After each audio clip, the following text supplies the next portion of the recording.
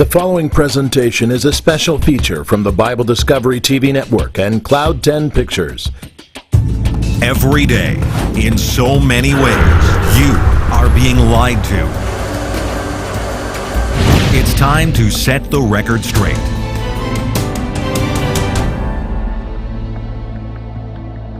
Famous physicist and astronomer Galileo once said, "All truths are easy to understand once they are discovered. The point is to discover them." A few hundred years later, though, it seems that many of us are not interested in discovering the truth.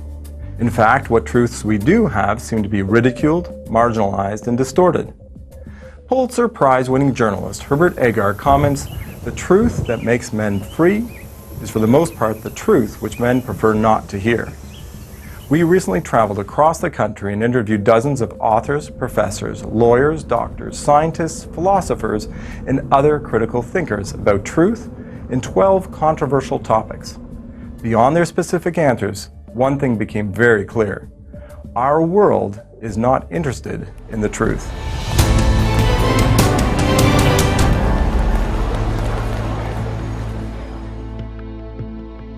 How does society live with truth and lies? It's like the Phantom of the Opera. In the night, in the music of the night, we make truth to seem what it ought to be for us under the darkness and cover of any other non-investigative eye or non-testing eye. It's very interesting when people use the word truth today, because truth doesn't mean what is true anymore. It means what you think. It's rather fascinating. If there's been a terrible accident, it's not what happened, but how do you feel? And feelings aren't true. If somebody says, well, the sky is yellow, and someone says the sky is blue, those are two different positions. They're mutually exclusive. Either the idea is that either one is correct or both of them are wrong, but they cannot both be correct. So today in this postmodern world, we have all these different versions of what people call truth. They would like to believe there is no such thing as truth only when it serves an ulterior purpose for them, not because they are looking for the truth. It is very plain to anyone. And when something is true, it doesn't matter whether you agree with it or not. For example, I can say this is my right hand, you can call it an egg, and it doesn't make it an egg by the fact that you believe it is. So, yes, you can repeat a lie and credulous people will believe it, but that says nothing about what is true. When somebody says that there is no absolute truth, of course that's a ridiculous notion, because they're really stating an absolute truth in order to establish the idea that there is no absolute truth. To deny the law of non-contradiction, you may as well talk about a one-ended stick. You can't even picture it, because by definition, a stick is talking about at least two ends that it posits. So to say that the laws of logic and these things don't apply to reality actually is a denial of that which is assumed when you even deny it. To say that all truth is subjective is fallacious. We can't live in a world like that. We don't live in a world like that. And what I think many people are trying to do is say that religious preferences are like flavors of ice cream, but they're not, because they make actual historical statements that are either true or false. And if they are true, then we act upon them. If they're false, then we reject them. If I were to say I like chocolate ice cream as my favorite dessert, you would say, well, that's subjective to you. But it's still an objective truth. It is still true at this point, at this time, that Mark Spence loves chocolate ice cream, and that applies to all people as the truth in relation to myself. Truth is objective.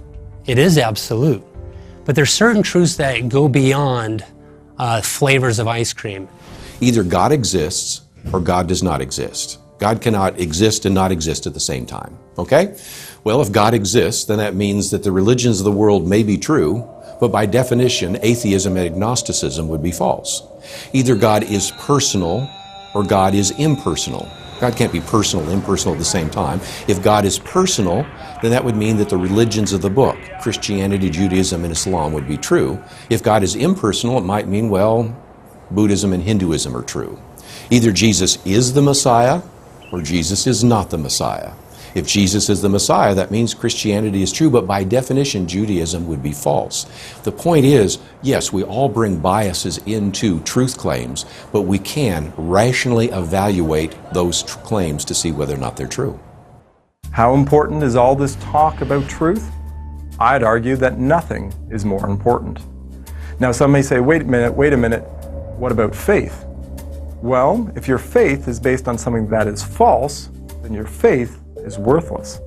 For your faith to mean anything, it must be based on the truth. And throughout history, the world's greatest leaders and thinkers have recognized how important truth is.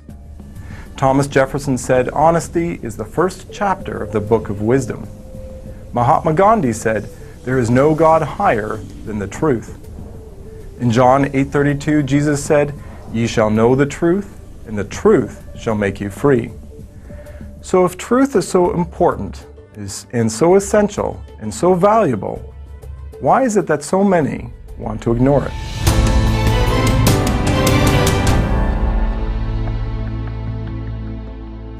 You always see the social engineers saying there is no good and evil. We're beyond good and evil. No culture is corrupt.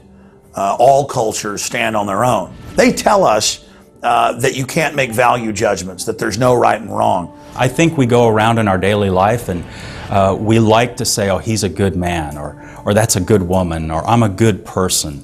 But the fact of the matter is, I'm not. I'm not a good guy. I'm not.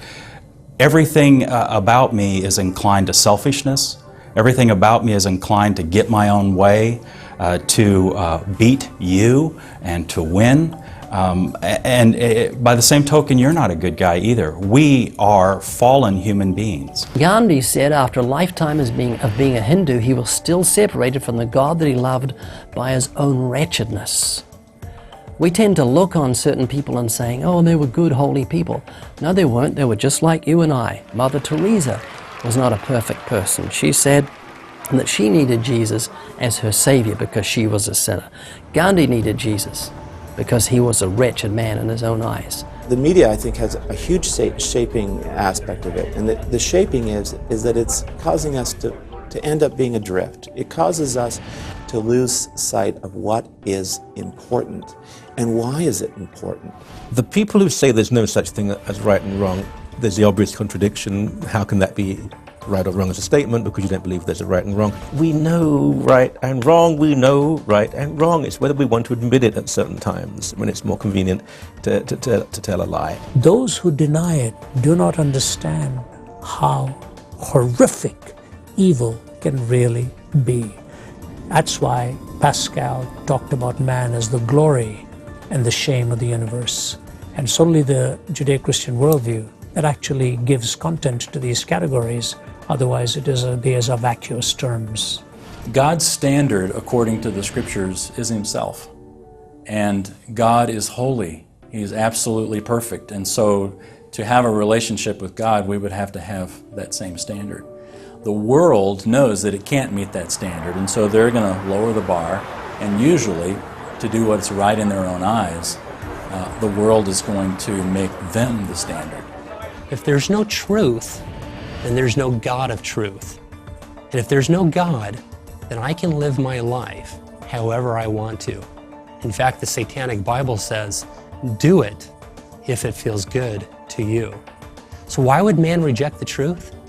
Well, because they don't want to be underneath the rule and the reign of somebody who is greater than themselves. Why be good at all? Why? Is it because life needs to be preserved? Whose life needs to be preserved? Why is life to be preserved? Is it intrinsically worthy? If it is intrinsically worthy, then how does naturalism tell us we are an accidental collocation of atoms? That's not intrinsically worthy. You and I don't look at a microphone as atomistically, intrinsically worthy.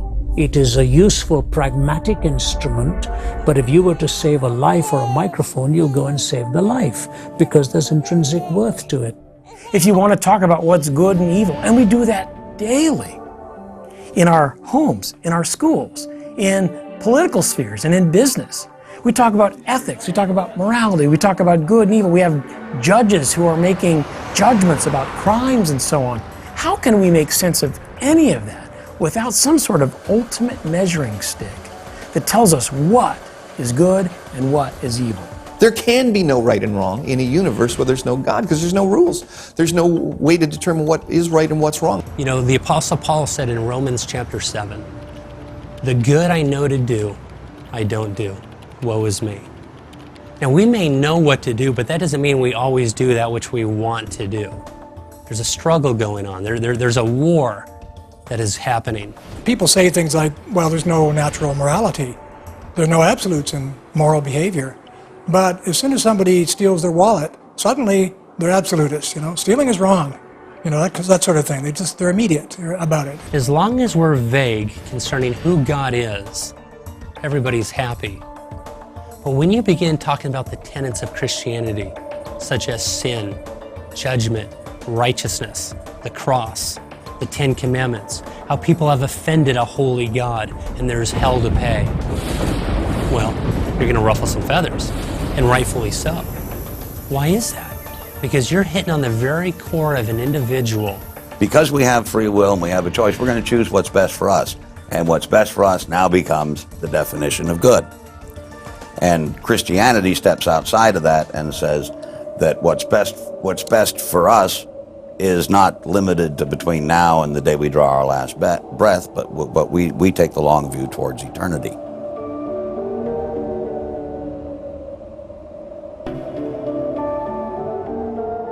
Cloud 10 Pictures has made a number of films that deal with people looking for hope and salvation. In many of these stories, the characters must look past what the world is telling them and fight to find the truth. At this moment, you might not be caught in the prophesied world of the tribulation, like in Left Behind or Revelation, and you might not be looking for Civil War treasure, like in Treasure Blind, or looking for an answer to an explosive riddle in The Genius Club, or be a set upon youth on the mean streets of Baltimore, like in Saving God. But I can guarantee that you're still being lied to. And if you really want what's best for yourself and your family, you'll fight to find the truth as well.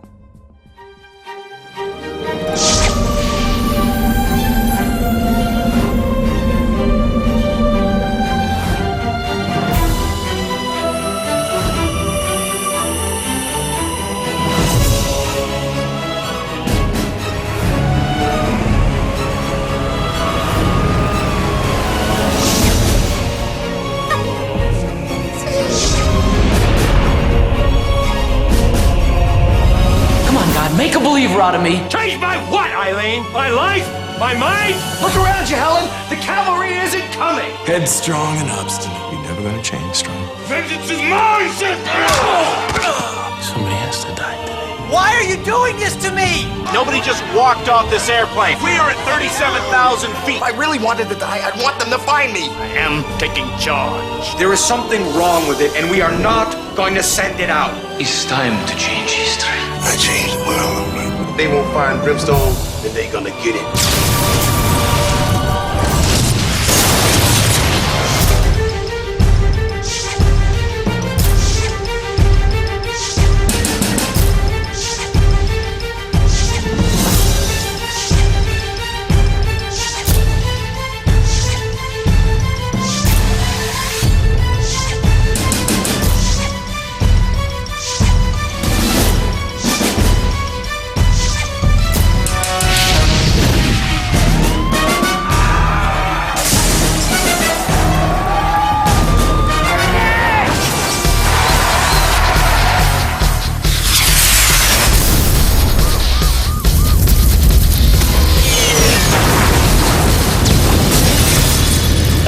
Answers now.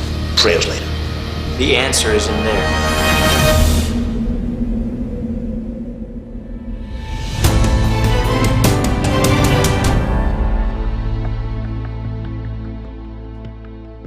We should never be afraid to say what we know is true for fear that that could be offensive to someone else.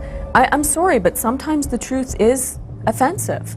professors were telling their students, you are allowed to view and believe anything you want, you'd have some kid raise his hand and say, well, I'm a neo-Nazi. I guess that means that's okay. And the professor says, no, that's not okay.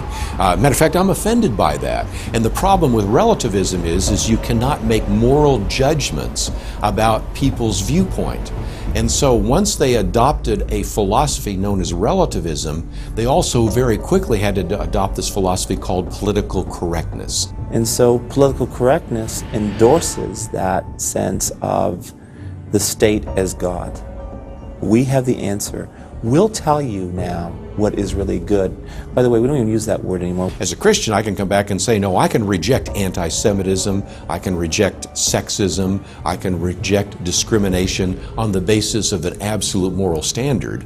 But I don't do that because I'm offended by it. I do that because ultimately God is offended by it. I'm not the boss of you, as you know, my teens used to say. You're right. But I certainly can say, foundationally for me, there are all kinds of problems with this. So why can't I have that dialogue? And why can't I make that statement? It's not hateful. We don't want to hurt anyone's feelings, and that we don't want to be offensive. Jesus teaches us that we need to really care for someone else, that we need to really love them. But he also teaches us that part of love is to speak the truth in love. One of the things I run into so often is people will say, you are offending me because you are telling me that there's only one way to God. And I think that that's offensive. I think that's intolerant. And sometimes I respond by saying, well, I think your comment's intolerant. In other words, why can't I have a right to express my view? You're telling me that I don't have a right to express my view. It kind of sets them back for a minute, and I think it sets that the ground is level. It's the Judean Christian God that is offensive to the sin-loving sinner. The Bible says that there's no other name given under heaven by which a man must be saved than through Jesus Christ. He's not merely a good person, but he's the God-man. C.S. Lewis said he's either a liar, or he's the Lord, or he's a lunatic. You can't dismiss him as a good person, was his point. Why? The claims that Jesus Christ made transcended time themselves. He didn't leave it up to option. I've had people yell at me, even though I've said it in the kindest, sweetest, most tepid way I could. Offering up Jesus as a real help for them, without any condemnation whatsoever. But it strikes people. See, people are in rebellion against God, and you say something like that, and it grabs them. And they know what you're saying. You're saying, I don't want to come to terms with this. I want to go my own way. That's ultimately the problem. The evidence, objectively, is clear and compelling that Jesus is indeed God and that we got to make peace with him.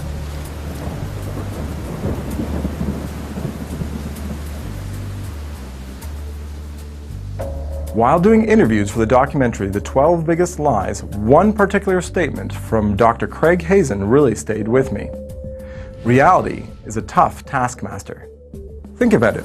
If it weren't for reality, we could fly. We could grow money on trees.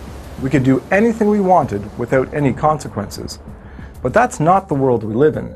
That's not reality. Similarly, we could try to escape moral judgments by believing that there is no God. But that belief has absolutely no bearing on whether God exists or not. Truth is outside of ourselves. It's reality. And as it turns out, truth is God.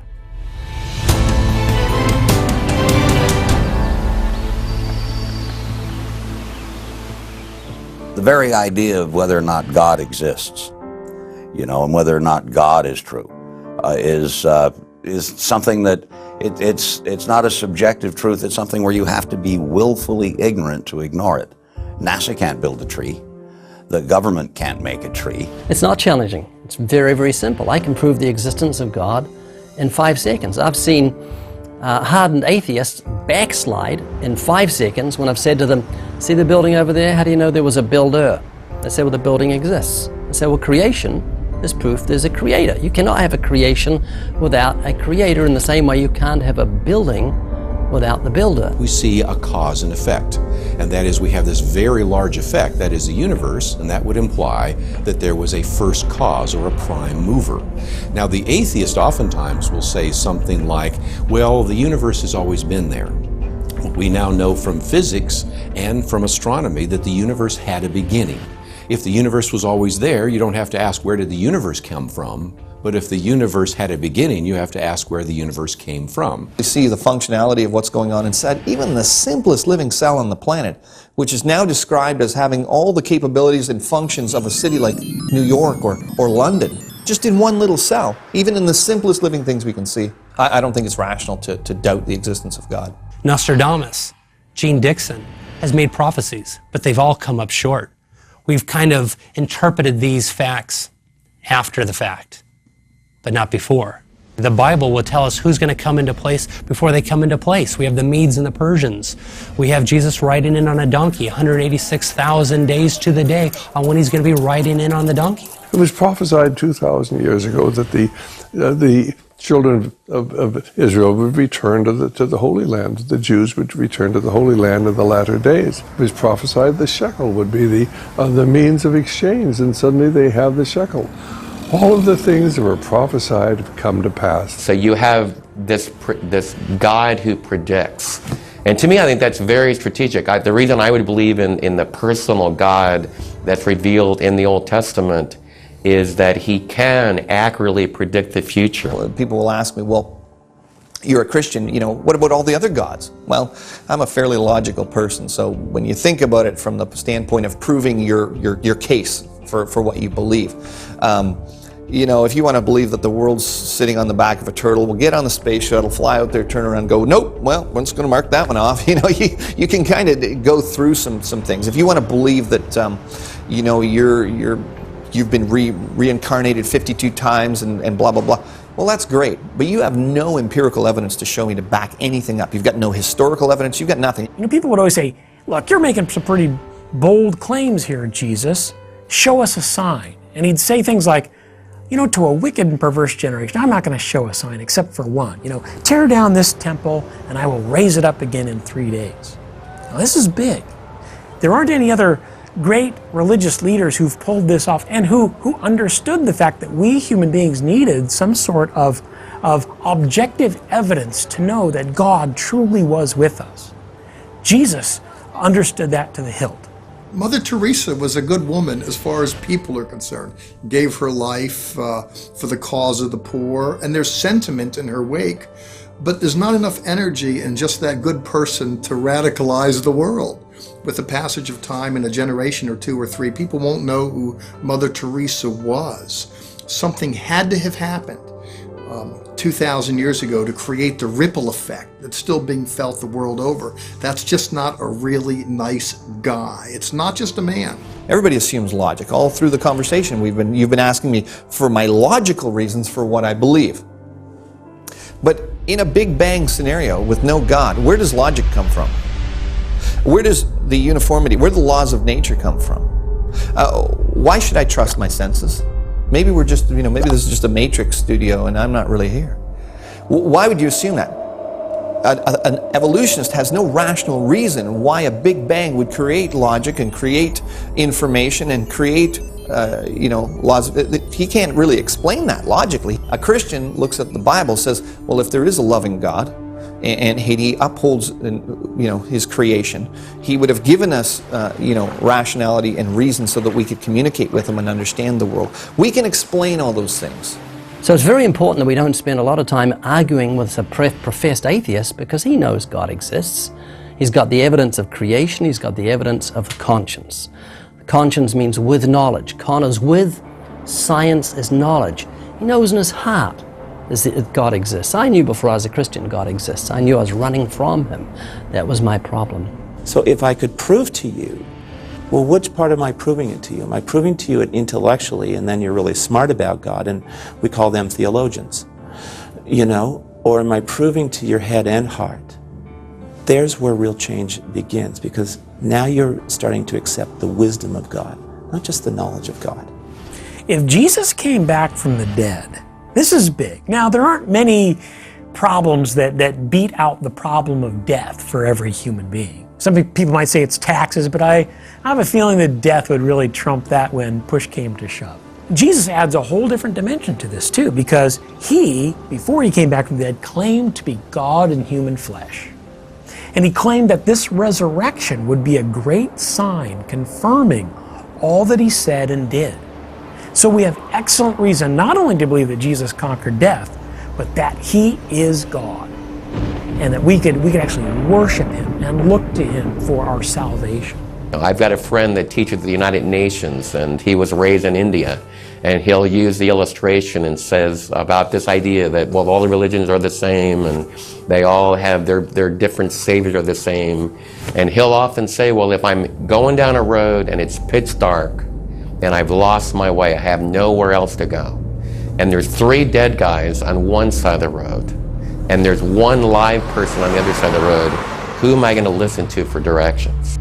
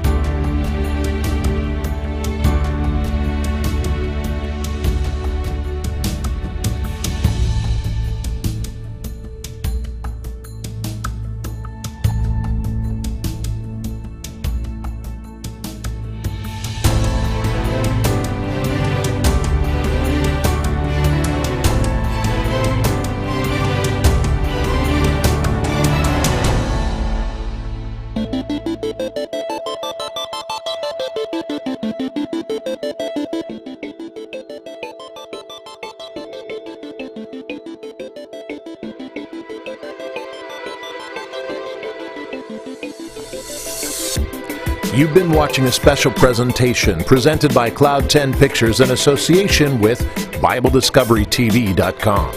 For more information about how to receive the movie hosted by Kevin Sorbo called The 12 Lies, call 519-940-8338. That's 519-940-8338.